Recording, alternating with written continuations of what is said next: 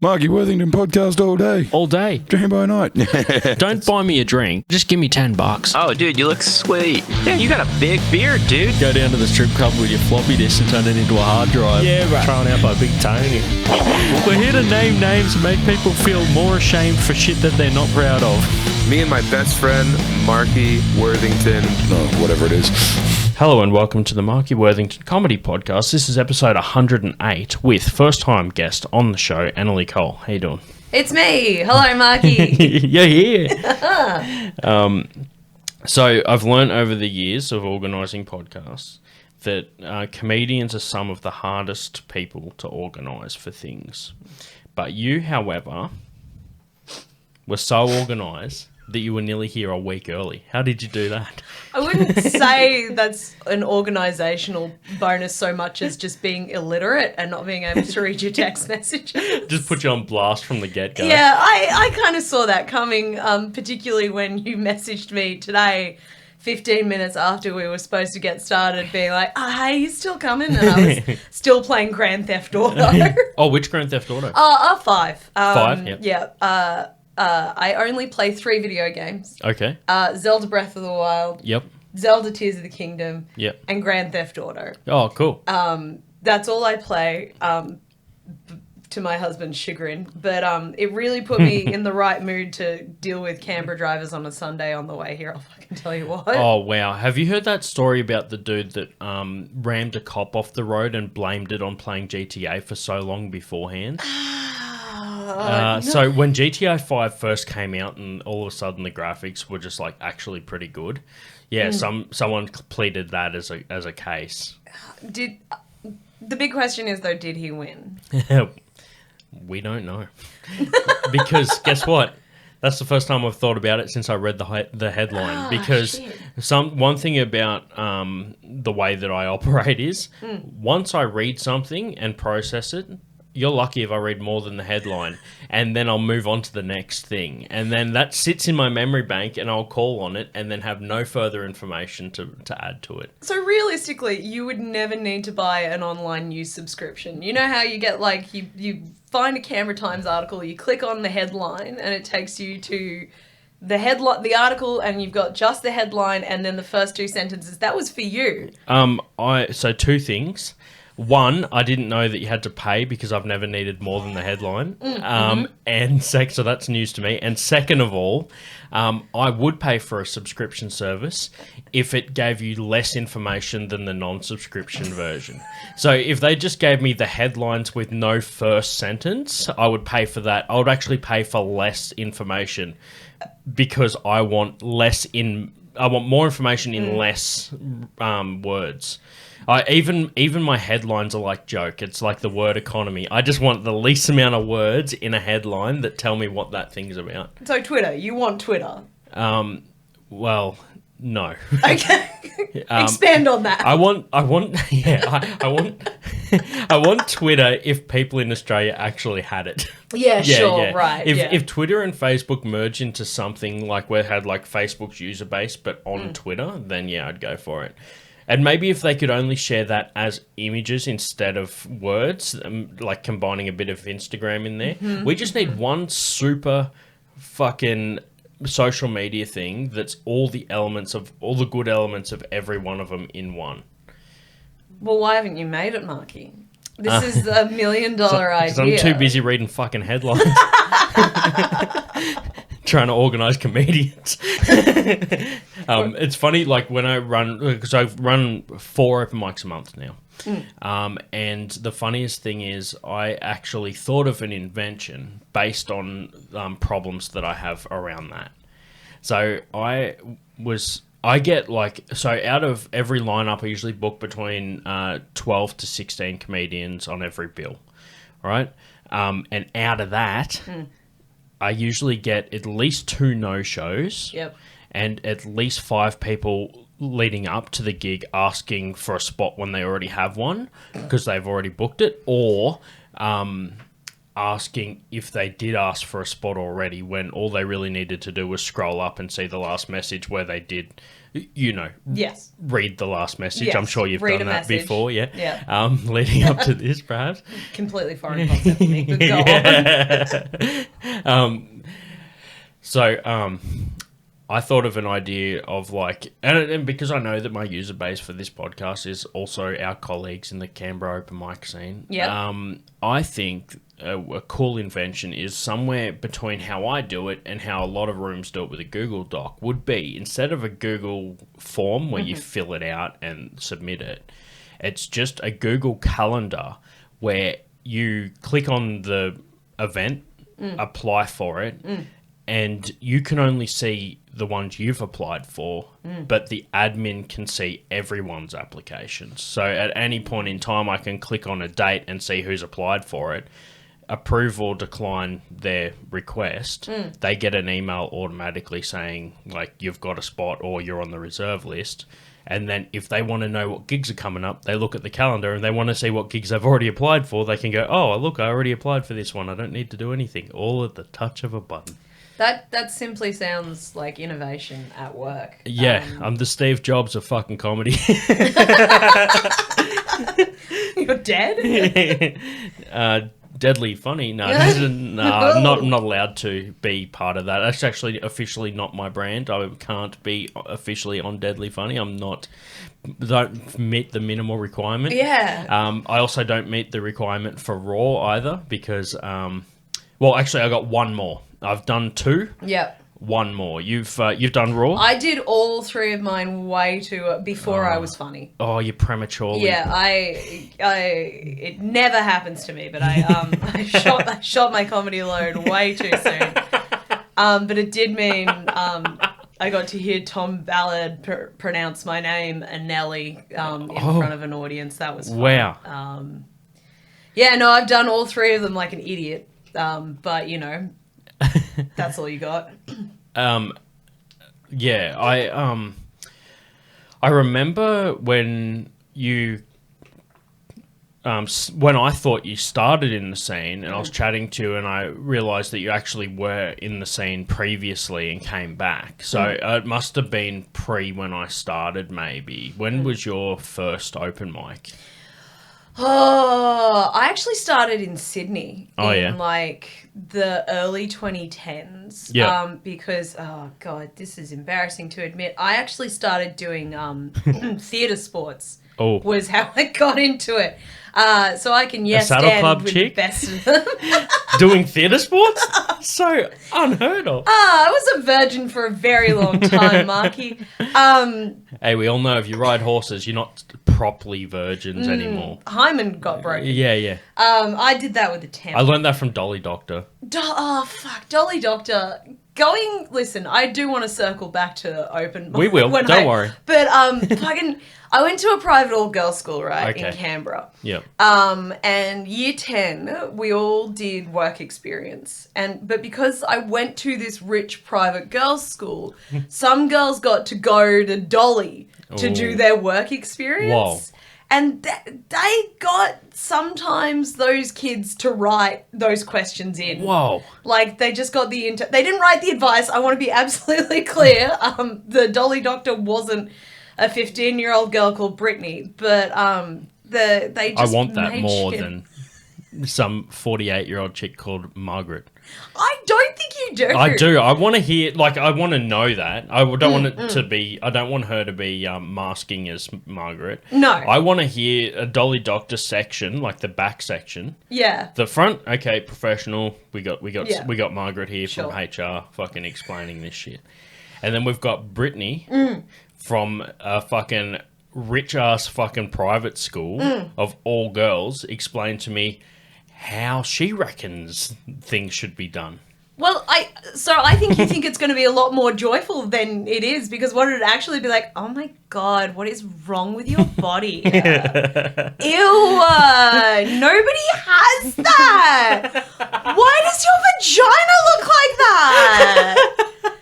Oh my God. That's what they're like. That's what I was like. Basically first year comedian. Is this the moving on. Yeah. If it's not on, it's not on. But that's their advice, their official advice. That's what everyone ends with. If it's not on, it's not on. The official Dolly Doctor says, if it's not on, it's not on. It's not on. No, the official Dolly Doctor says, refer to Dolly Doctor if problems persist or some shit. So open mic back in Sydney. Let's take the listeners, maybe even viewers, back in time. 3 minutes. Theatre sports. Yep. It was. I loved it, and listen, it'd be disingenuous of me to suggest it didn't give me any of the myriad of talents that I have now to talk out my asshole. But it was fun. I think it was Thursday. Every Thursday, Manning Bar at Sydney University. Yep. We'd have for an hour would be theatre sports, and we'd all just be up on stage going, "Ah, I've got a dick."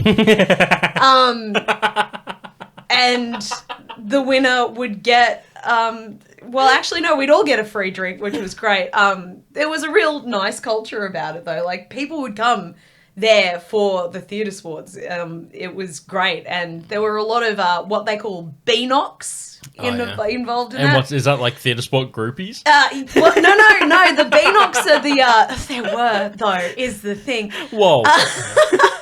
B-knock is a big name on campus. So, right. you know, when you start, you're like, oh my God, that's him. It's the guy who said the joke about his dick getting stuck in the fly. Fuck yeah. And he just came up with that off the top of his head. They were the fucking, like, they were the jocks in that world. Honestly, yeah. Yeah. And then we'd see the real jocks and be like, oh, fuck. Back to reality. Yeah. Well, they were all doing cocaine and skiing, so, you know. So they were into wet and dry snow. I assume I couldn't tell you what cocaine looked like, Marky. I have no idea. This is my first time hearing of it. But we did theatre sports for ages. And there was a bit of crossover between that and people who did stand up. Yeah. And so one of my friends ran a room. The crossover is mental illness. Yeah. The middle of the Venn diagram is bipolar. It's bigger than that. It's like nearly a circle. Yeah, it is a circle. It's a circle. Yeah, that's what we're dealing with. It's more of a pie chart it's than it's a triangle trying to fit into a circle or whatever that fucking Casey Chambers song is. I don't know. Yeah. Oh, fuck. No, is it Casey Chambers? I don't know. No, it's Missy Higgins. Missy Higgins. Fuck, she's coming to Canberra, man. I'm gonna go see her later this year. Hell yeah. Anyway, yeah. And so my friend was running a room and was just like, hey, you've been saying you want to do this. Give it a bloody go. Yep. And so I did. Nice. Yeah, so that's how you got into it. Good stuff. And then, so you did there for a little while, and then you came back to Canberra. Back to Canberra. So you went to Sydney for a bit and then came back? Or? Yeah, I went to Sydney for uni, which was why I was doing university theatre sports, not because I'm a creep. And, well, that would have been less the case then when I was the right age. Now, a 30-year-old doing university theatre sports is a bit weird. Anyway, that doesn't matter. So I came back to Canberra because, as previously mentioned, mental illness. And so I came back and I did a couple of rooms and then stopped and then came back again. Yeah, cool. Yeah, good stuff. I feel like you're right with the theatre sports shit. Like, I sometimes regret not doing stuff when I was age appropriate to do them. Mm-hmm. You know what I mean? Like, I sometimes am like I didn't really go through that, like, discovery fucking music festival clubbing phase when I was old enough to do it. Yeah. And now I'm 30, turning 31 soon. Congratulations. Oh, fuck. Yes, it's been a hard year. For a fucking 30-year-old that looks like he's been 30 for at least 5 years. At least. 38, maybe.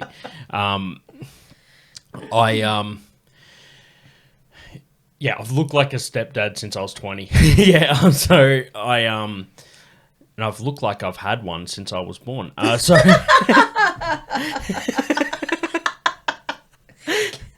came out the room saying, "Yeah, my real dad." I came out of the room mad at someone that I hadn't even met yet. So yeah, I do regret not like going out to like I went to a music festival for literally the first time at the end of last year. Shit. I've seen heaps of bands like at pubs and shit. Yeah. And like I think my first big gig was when I turned 19. I went to Lamb of God at UC. Yeah. With Black Dahlia Murder and In Flames. They were like classic. it was like a side wave from Soundwave. Yeah. So that was my first in 2012. That was my first ever big gig. And then I just went to gigs like regularly since then. But my first actual festival was Good Things last year. It's Good Things. Listen, I've been out of the circuit for a while. I hung up my pingers ages ago. But is Good Things a multi-day festival or just the one? It was just one. Yeah, you can't do the multi-days. No. The first one in. Yeah. I don't think I'll ever want to do a multi-day, to be honest with you. Like, I fucking hate camping when there's not people puking on my tent. Yeah. I already well, even when I was there, I kind of like was able to like fabricate what it would be like if this was day one. Like I went into it consciously thinking, imagine if this was a 2-day thing. Yeah. And already I can tell that would be fucked. Does that mean you came in with a goon bag shoved down your pants that was meant for 3 days of worth of consumption as well? Duct tape to your undies? The difference is, all of a sudden, the good thing about going now is I don't need to smuggle shit in. Like, like if I went when I was younger, I'd be like, what the fuck? That's so expensive.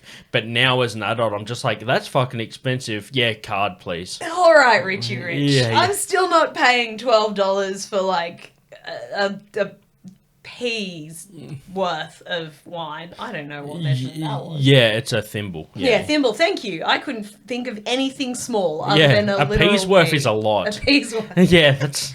Well, I was going for PEA. Like so a- like a- not oh. a piss. Oh, yeah, like a post-surgery Yeah. pee amount. I remember once I broke my ankle playing ice hockey, and I went and had surgery to have it like rebuilt. And when I got out, I don't know what they gave me. I think they gave me heaps of fluids during the surgery, because I don't know what the issue was, but there was a complication. It ended up taking like an extra 2 hours. Oh. But the thing is, once it's successful, they don't fucking tell you like what went wrong or whatever. Like they were just like, yeah, you're good. Like, because I was expecting to be out like around like, it was like a afternoon thing. It was like I think it was like a 4 till 6 sort of deal, right? It doesn't mean that they didn't tell me to come in at 7 a.m. and couldn't eat until the surgery. So I sat in a waiting room with a broken ankle from fucking 6:30 a.m.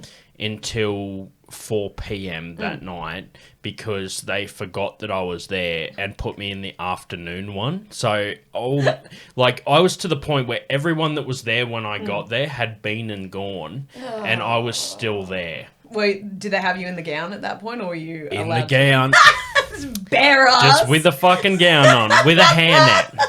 Just a fucking hairnet and a gown. Yeah. Reading a Goosebumps book, because that's the only literature that I brought with me. Did you get the whole way through the book? It took me a while. It's up to chapter 3. I'm pretty fucking bad at reading. Have you finished it yet? Is No, it I'm still on the go? I'm still on the go. Yeah, right. Welcome to Dead House. It's the first one. There's 120 pages. I'm about 80 pages in. Oh, 80 pages. All Yeah. right. So far, he's a new. I don't know if you've heard of this concept.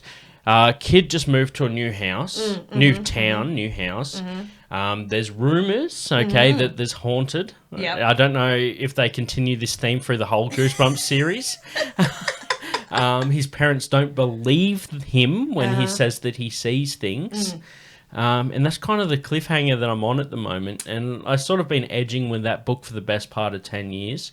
Yep. And I'm actually concerned that if I finish it, I will feel less like I have something to live for.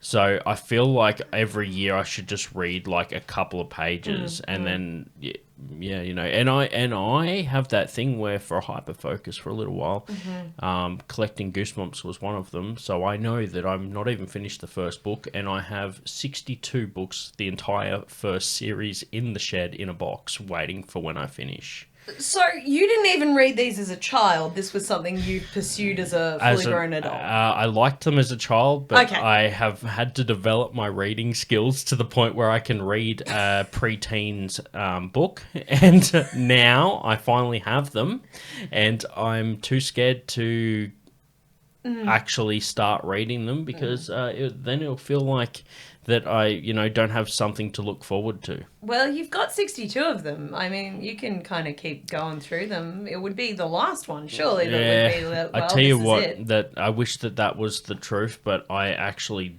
have not got 62 of them. I have actually, in the pursuit to get the first 62, I had to buy a lot of bulk lots, and it turns out I have 2 complete series. So I have 124 of the original series, and there's a lot of doubles in there. I have an additional 100. Did you buy these from Costco? What necessitated you buying I them have in no bulk? fucking idea. I actually ended up, there were some people that were selling like 20 on eBay, and there was one in there I needed, so I just bought the whole lot. Right. So yeah, now I have 2 complete series of Goosebumps. Actually, I'm going to put I don't know if I still have it. I do have, or had, a photo of me with 2 complete series, like a throne, Yeah. sitting, or Yeah. standing next to them, and all of the other random ones that are like doubles around me. Yeah, Like yeah, some yeah. sort of Goosebumps king. And Truly, you are R.L. Stein. I asked him if he wanted to be on my podcast, and he said no thank you, which is worse than not replying. However, I did get twice on my podcast Tim Jacobus, the artist from the book. Yeah. So I had him on the No podcast. way. Yeah. That's sick. He was on the podcast. He's done 2 episodes, and he's already said he wants to do a third. So That's crazy. yeah, there we go. Is that the most famous person you've had on the pod? I've had Doug Stanhope on here, who's a pretty big comedian, like a big underground comedian. He's probably my biggest guest. Yeah. But I have had some pretty cool like Australian comedians. I had Tom Ballard Yep. on, which was cool, and Wow. Dan Muggleton was one of my early ones, Yep. and Dane Simpson within the first few episodes came and did it. So Fuck, you mentioned Muggleton. I got a story. I got a shit! story! Hey, it's fucking time! Again! Come on, grab your friends. We're all I already forgot this one. okay. The fun will never end. It's Story time. there we go. So I think the worst day in comedy I ever had in my entire life. I had 2 gigs lined up. The first one was at Sydney Uni during the day. We had a room running for a little bit that my friend was doing. And then I had an open mic that was happening later. Reason why Muggleton ticked that was because he and Sam Kettler had a room called Mug and Kettle. It was in Glebe, really nice and close. So it was there. And I was particularly unwell at that time. And so we get to, I got to the gig at Sydney Uni, and they had a boxing match happening in the bar later that night. And so they'd already set up the ring in front of the stage. Wow. And so they're like, oh, you know, we're just do it in the boxing ring. And immediately brings, like, we're already doing comedy in the daytime, right? Comedy dies in sunlight, which is why the curtains are closed, I imagine, in here. Yeah, that's it. No other reason. Anyway, and then the gig starts, and we got the MC out the front is getting the crowd warmed up. I'm about to go on, and the front of my bra just pops open just before I'm about to go on stage. You're wearing a paternity bra? No! Wait, that's maternity? I yeah. don't know. Yeah, I think I'm a paternity. Hashtag dads too. Yeah, no, the bra just gave up. titties too far. Or gave in. Yeah. It's like, all right. Gave out. So I had to go on stage just kind of like holding... You wait till Dolly Doctor hears about this. Oh my God, you got your bra from Kmart. Is it weird that one of my tits is bigger than the other two? Yes! So I had to do that with that. I couldn't go home and get a bra. So the rest of the day I'm walking around, I was just like, fuck, just got these loose titties running around. And then I'm at the open mic at in Glebe, and I've been feeling really unwell and a little bit dizzy. And my name's called, and I march down to the front and I get my microphone, and I am starting to fucking bomb. Whoa. I'm not doing well. You can feel it coming all. on sometimes, hey? Yeah, like, well, and also my jokes weren't good. And I was like... My titties, however. Fuego. 2 thumbs up. Tit to joke ratio was fucking way on one side. Usually is for me. And my vision starts to go blurry, and I'm just like, oh no. Oh no. Oh shit. I'm bombing so hard I'm gonna pass out with my tits out. And so like I just hit the ground.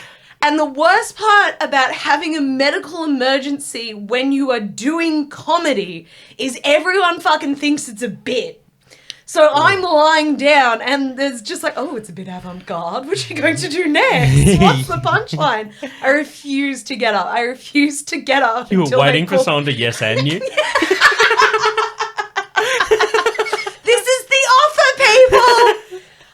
Anyway, so I passed out on the ground, and there's no actual conclusion to this other than Was it me in lying. a ring, like a boxing ring? No. Okay. So it was above, I think it was like a wine bar, it used to be. Okay. But yeah, it was like a regular comedy. But like, I just fainted. I bombed so hard that I passed out. That's fucking wild. Yeah, and no gig has ever been as horrible as that. You got it out of the way. Yeah, I did it. Yeah, it was really early on in my career. And the fun, I was telling, I did a gig with Muggleton in Canberra last year, I think it was. Yeah. And I was like, oh shit, I'm the chick who passed out. Like, and he was like, I don't actually remember that. But I was on the bill with Jeffrey Charles, who was like, shit, I was doing that room as well. Yes. So like, Yeah, Jeff's a mug and kettle guy as well. Yeah. So he remembers the time I passed out with my tits out. So, you know. Fuck. Yeah, and Muggleton spoke about mug and kettle on the podcast, but he didn't mention the chick that passed out. So I can definitely vouch that he doesn't remember that. Yeah. Because that is a great podcast story. If he did remember it, he would have said it. Snaked the story from you, Muggleton. Yeah, exactly. See, it's only taken an extra fucking 50 episodes, but we finally got the second half of the story. Yeah, there you go. That's we got it. Story time. We did it. I got stories. I actually have a Dolly Doctor story. Go on. So, my first ever girlfriend in high school. Unlike you, we dated our people from high school because we weren't in a fucking like all girls or whatever. I went to thing. boarding school. Right. Boarding school. Yeah, it's like Harry Potter but sexual. I wish. Yeah. Anyway, go. Yeah. Waterboarding school for the Kingsters. I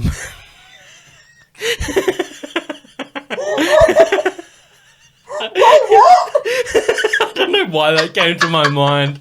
I think I just said like sexual boarding school, and I went, "There's something between those two." Hang on, I gotta find the joke. It's torture. Jokes are my crack. I can sense someone's got it. Yeah, your first girlfriend. Used to read Dolly Doctor, but she was the one that used to buy it, but she would then give it to her friends after, right? But because we were dating, before it went from her to her friends, at lunchtime, me and my buddies would sit around. I would be sitting with her, and, you know, the group thing, there's like 10 people all in a group, and by the end of high school, you either hate or have banged one of them at any point in time.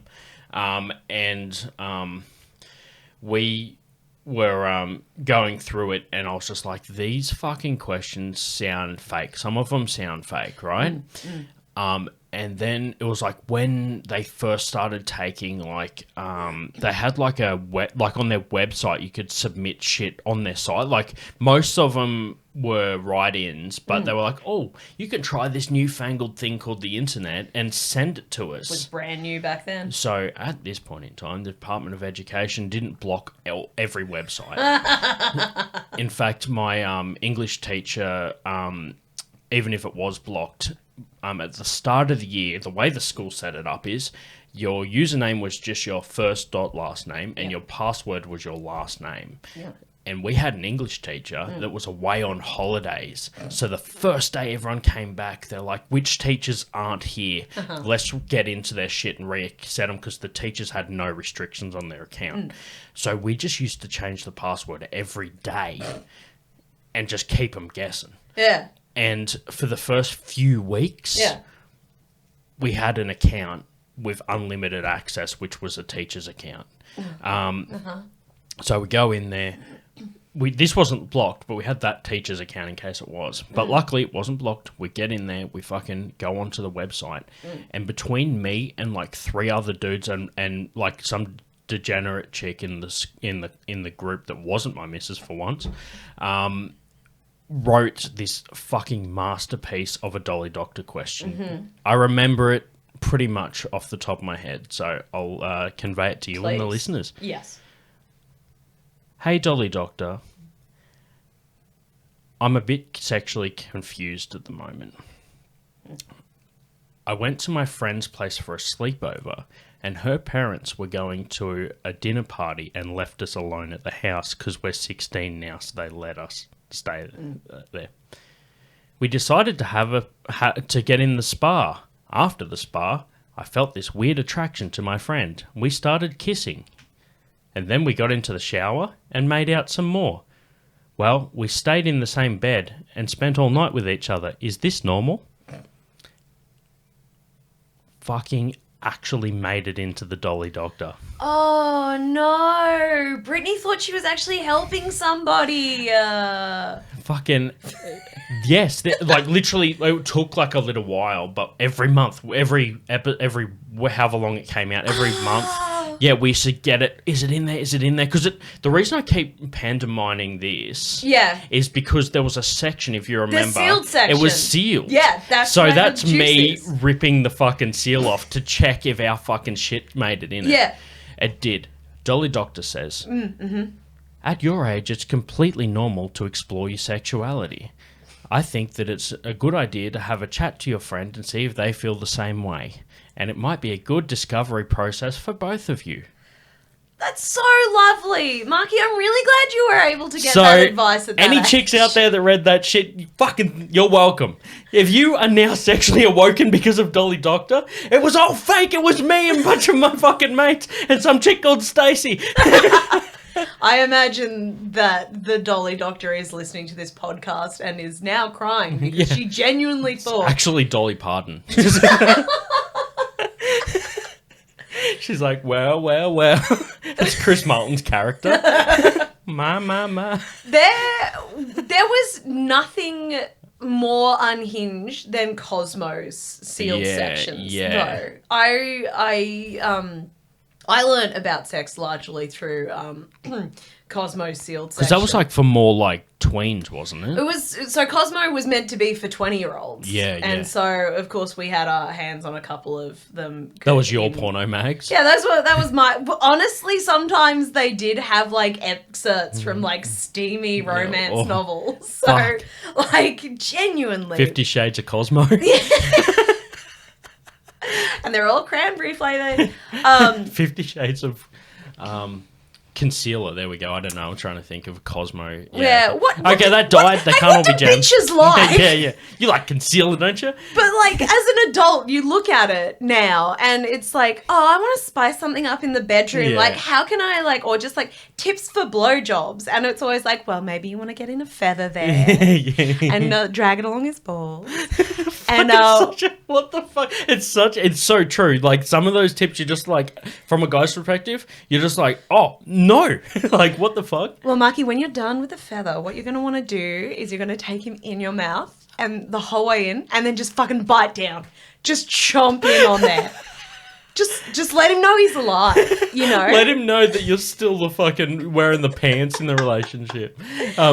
Yeah, that's called a prison gobby.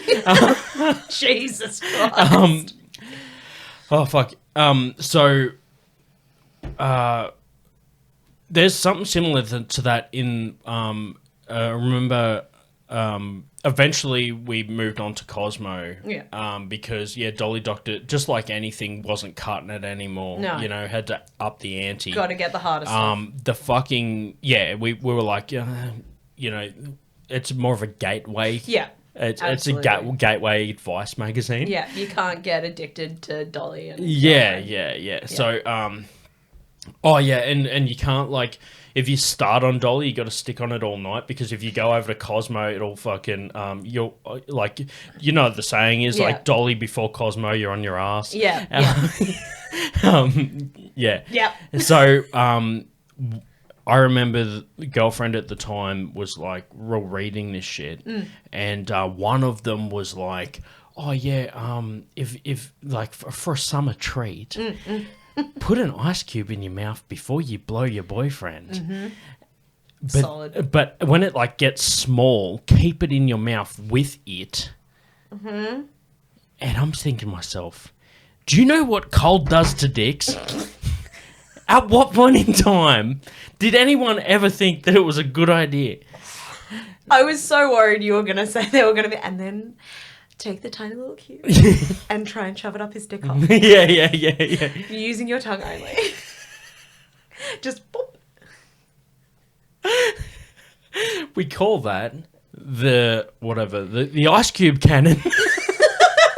Just the tip. Oh, God. So, do you know what that probably equated to? I reckon that equated to a lot of just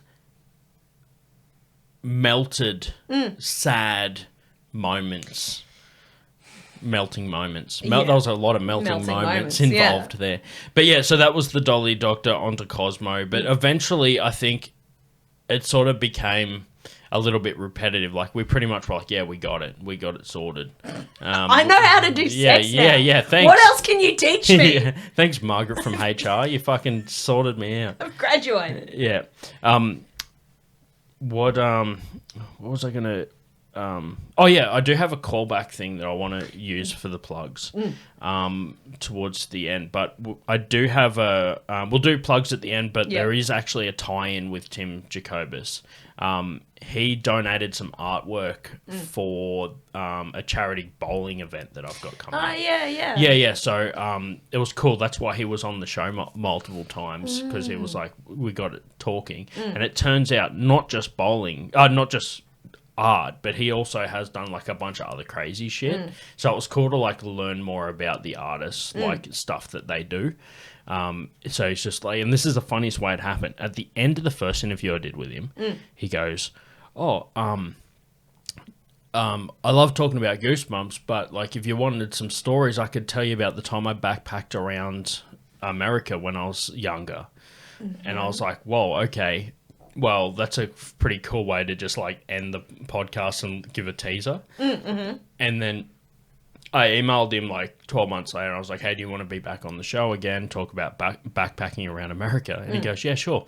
Comes back, does the show. At the end of the episode, I'm just like, well, that's all we've got time for. Thanks very much. It was good to chat to you. Thinking that was going to be like I've got two. That's good. He's just like, oh, it's a shame, we've run out of time. I didn't get a chance to tell you about the time I got arrested. And I was just like, coming next year, part 3 of the episode. So yeah, pretty funny. But you talk about mental health on stage. Yeah. Do you find that, like I find in the comedy community, it seems to be pretty fucking dense population of people either in the spectrum or suffering from mental health issues and shit like that. Did you find the same as well? Do you reckon that like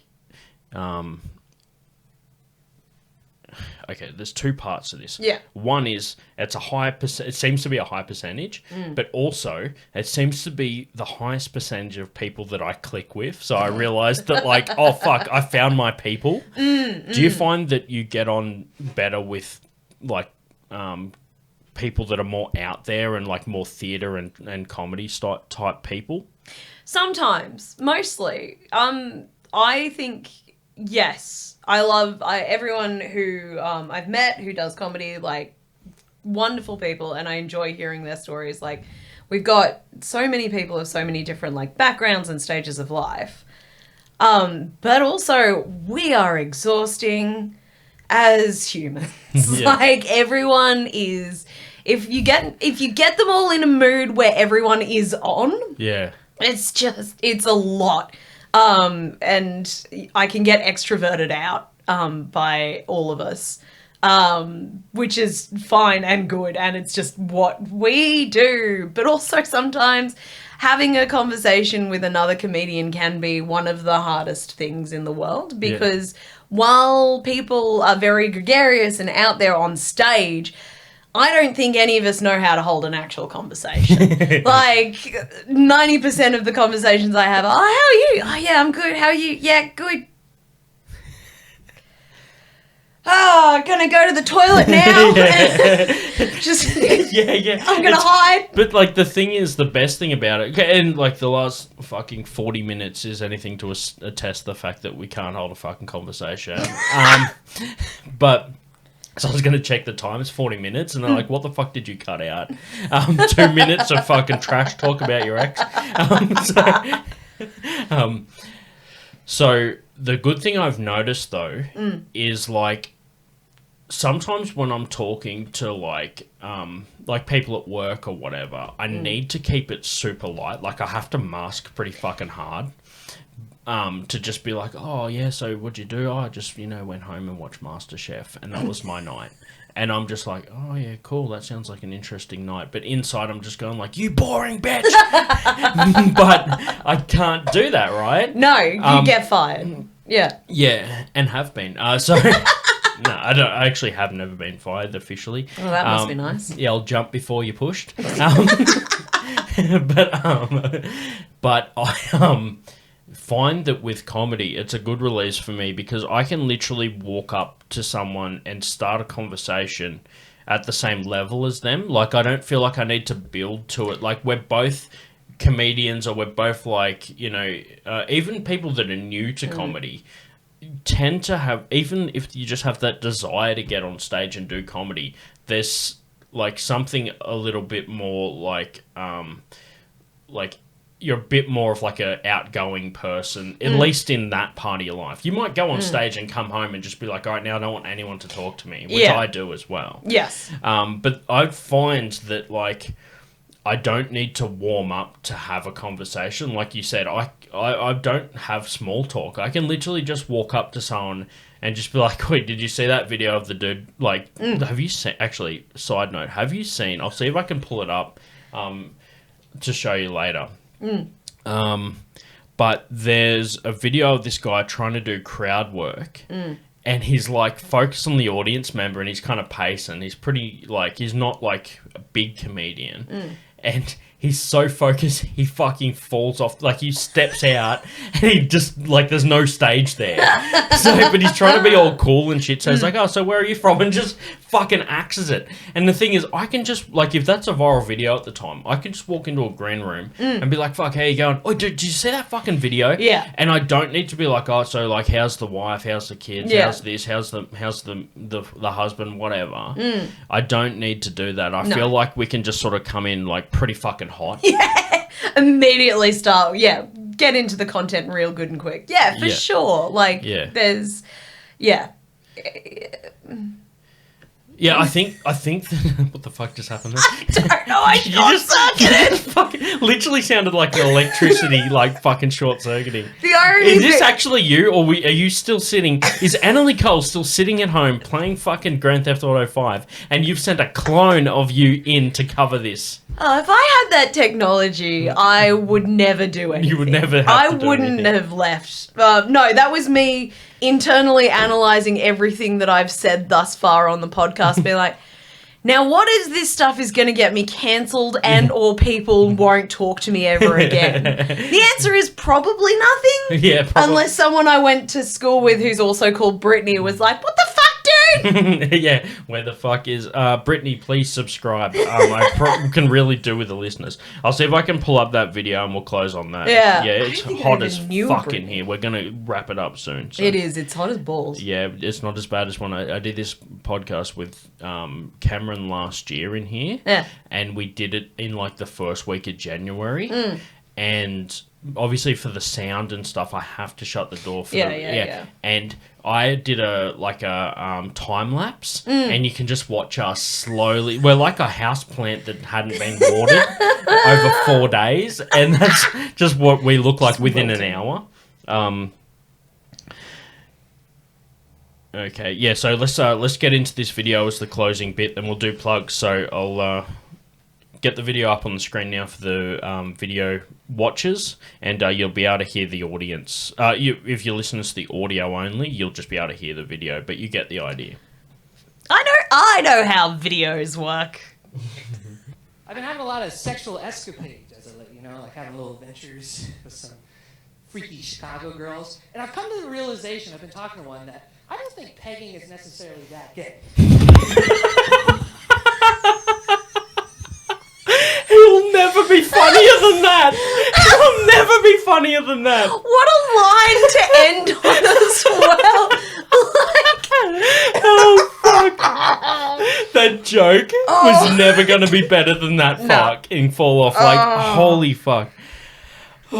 And it's so funny that he fucking ragged on Chicago girls for a second. Like, just nearly like Chicago girls just fucking, like, put some hex on him as soon as he said He's that. like, this bitch. He's Going down. Oh, fuck. Yeah, so that is so fucking funny. And it's such a, like you said, such a funny bit to fucking fall off the stage, too. Oh my god. And the dude, like, for the audio only listeners, white dude, kind of a mullet looking thing, but not really. It's like the Jerry Seinfeld style mullet. It's like curly. If his hair was straight, it would look more like a mullet. Because it's curly, it's up tighter, and it's hard to tell. It was also the weird stubble he had going on as well. Yeah. Just... The shoulders were up. He was already, like, kind of not sure about that joke, I think. You ever go into a bit and you're not sure? If, like, the audience can tell you're not sure about it. Yeah. And then they sense your fear and, like, mimic it. Audiences can smell the fear coming off you a mile away, which is great because I have anxiety. Yeah. Like, they're just always like, this bitch. Yeah. She knows I'm judging her. What an idiot. All right, let's do plugs. You got a show in the Canberra Comedy Festival. I do. I am on a triple bill called 30 Somethings. It is myself, Jeffrey Charles, and Dylan Holmes. We are on the 17th of March. Don't ask me what time it is, but it's a Sunday. We're at the Canberra Courtyard Theatre. Tickets are selling fast. You can get them on the website for the Canberra Theatre. Please come. It'll be delightful. And you'll laugh. It'll be delightful. Yeah, well, that's his username. That's his handle. Yeah, you can see if you look at the video version of this. I'm going to put up a handcrafted poster that Dylan Holmes made for this, including the Barnaby Joyce falling off the planter box location in Braddon. He shared that with us last night in our group chat, and Jeff and I were like, great, and posted it to socials, and then he was like, it's not done yet, and I don't know what wizardry he was going to keep doing on that. know what else that needed. No, it was perfect, but he's going to do some more, so keep an eye out. Yeah, keep an eye out for that. I do have a plug. I've got a thing, I'm going to, part of the gig, I'll show you. It's in the cupboard. Just 1 second. Definitely something I should have prepared earlier, but here it is. Ooh. This is sick. The artworks donated by Tim Jacobus signed that you can win at the charity bowling game that I'm running. These are the iconic ones as well. I remember these bottom two. Yeah, so he signed these and sent them to me after the podcast. It's going to be actually on the 4th of March, which is a Monday, so hopefully the bowling alley will be quite quiet and a bunch of people can come along. The reason I chose that date is, one, it doesn't clash with a lot of shit. 2, bowling's pretty quick. And 3, it's actually the 30-year anniversary of John Candy's death, which is the inspiration for the bowling thing. Because in the movie Uncle Buck, he plays bowling with the kids, and the money goes to Make-A-Wish Foundation. Awesome. Which is John Candy's favourite charity. Yeah. Oh, there's another famous guest. I had John Candy's son, Chris Candy, on the show. No way. Yeah. Is he nice? He seems like he's in nice. acting as well, yeah. Oh. So it was really cool. He dialed in from LA. So thanks everyone for listening. Go and see Anneli. Come to bowling, and you'll have some fun. Cheers. Bye. Thanks for having me. Buy me a drink. Just name names. Yeah, right. Big Tony. You'll get fucking thrown out of the strip club with your floppy disk. Damn, you got a big beard, dude. Shame for shit all day. Me and my best friend, Marky Worthington. Keep it simple. Count your money. That they're not proud of. Just give me $10. Hey, right? Click. Did you hang up? No, I just said click.